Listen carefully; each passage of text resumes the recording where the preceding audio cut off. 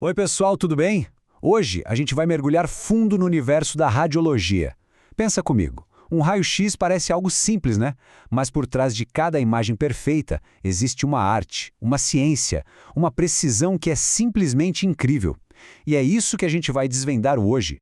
Bom, o nosso roteiro é o seguinte: a gente começa com a preparação da sala, depois vamos ver como capturar a imagem da mão, entender as diferentes incidências, passar para o antebraço e, por fim, o mais importante, como a gente se adapta às necessidades de cada paciente. Vamos nessa? Passo a passo, do básico até os desafios do dia a dia. Ok, então vamos começar pelo começo. Primeira sessão, a preparação. Antes mesmo de pensar em ligar a máquina, a base de tudo precisa estar perfeita. E essa base começa com o paciente. É aqui que entra um termo-chave, a posição semi-ortostática. E olha, não é só uma questão de deixar o paciente confortável, não. Essa posição sentada é fundamental para o diagnóstico. Sabe por quê? Porque ela alinha o corpo todo. E esse alinhamento evita qualquer tipo de distorção na imagem final. É o primeiro passo para garantir um raio-x limpo sem erro. Agora, outro ponto crucial, a direção do feixe. A gente ouve muito falar em PA, que é póstero-anterior, e AP, antero-posterior. Basicamente, é por onde o raio-x entra, por trás ou pela frente. Parece um detalhe técnico, né? Mas isso muda completamente como a anatomia aparece na imagem. Entender essa diferença é a base para conseguir ler o exame direito depois. Então, resumindo, o processo inicial tem 3 passos que são quase um ritual. Primeiro, posicionar o paciente. Segundo, colocar o marcador de identificação. E terceiro, colimar o feixe. E essa colimação, gente, é super importante. É quando a gente ajusta o feixe de radiação para ele atingir só a área que interessa.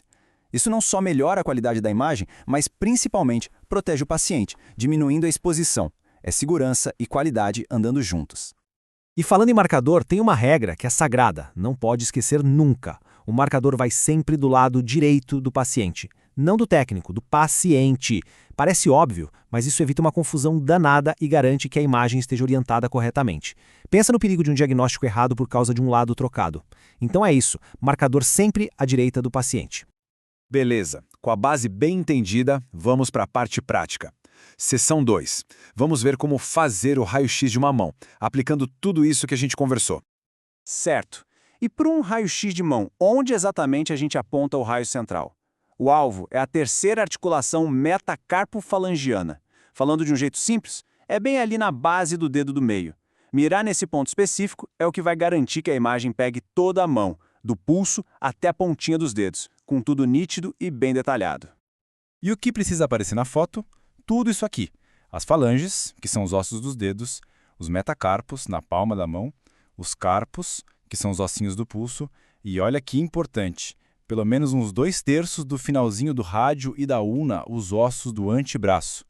Um erro muito comum é cortar a imagem e não pegar essa parte do antebraço.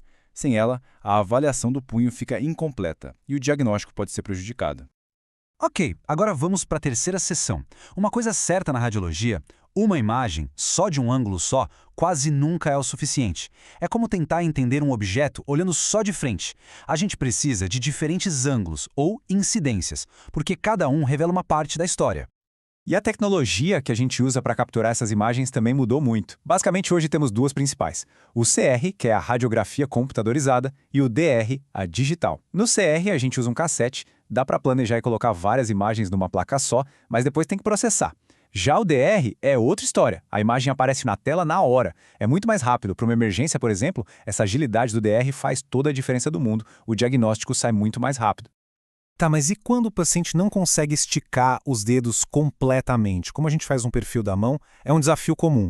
E a resposta é usar uma posição bem intuitiva. A gente pede para a pessoa fazer movimento de como se estivesse segurando um copo.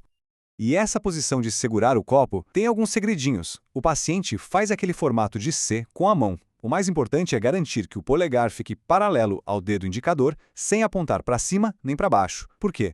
Porque se o polegar sair da posição, ele vai ficar na frente das outras estruturas e a gente perde a visão clara das articulações. Acertar isso é o que garante uma imagem de perfil limpinha.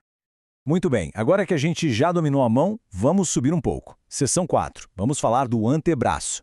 A lógica é a mesma, os princípios de cuidado e alinhamento continuam, mas claro, surgem novos desafios.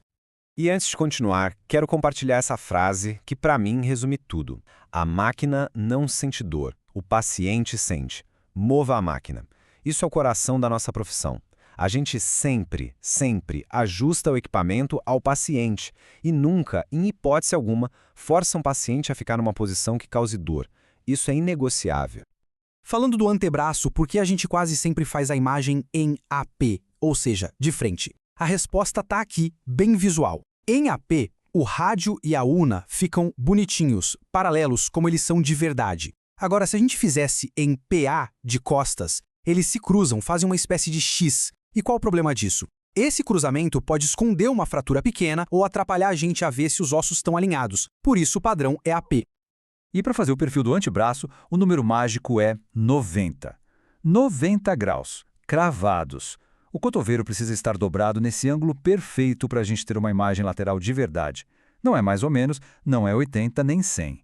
É 90 graus. Precisão total. E chegamos na nossa última sessão, que é sobre a vida como ela é. Porque no mundo real, nem todo paciente chega e fica na posição perfeita do livro. E é aqui que o jogo muda.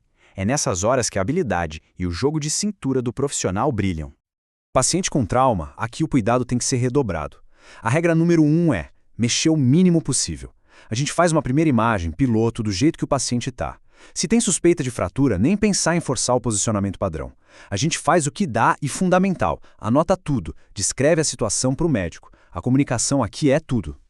Outra situação, paciente com prótese. A regra é clara. O raio-x tem que pegar a prótese inteira, de ponta a ponta. Mesmo que a dor seja só num lugarzinho. Sabe por quê? Porque a gente precisa checar se a prótese não se deslocou, se as pontas dela estão no lugar certo. Muitas vezes, a causa da dor está justamente aí.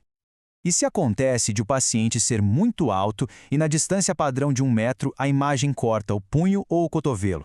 O que a gente faz? Simples, a gente se adapta. O técnico vai aumentando a distância aos pouquinhos até que as duas articulações apareçam na imagem. Isso mostra que os protocolos são um guia, mas o bom profissional sabe quando e como ajustá-los para cada pessoa.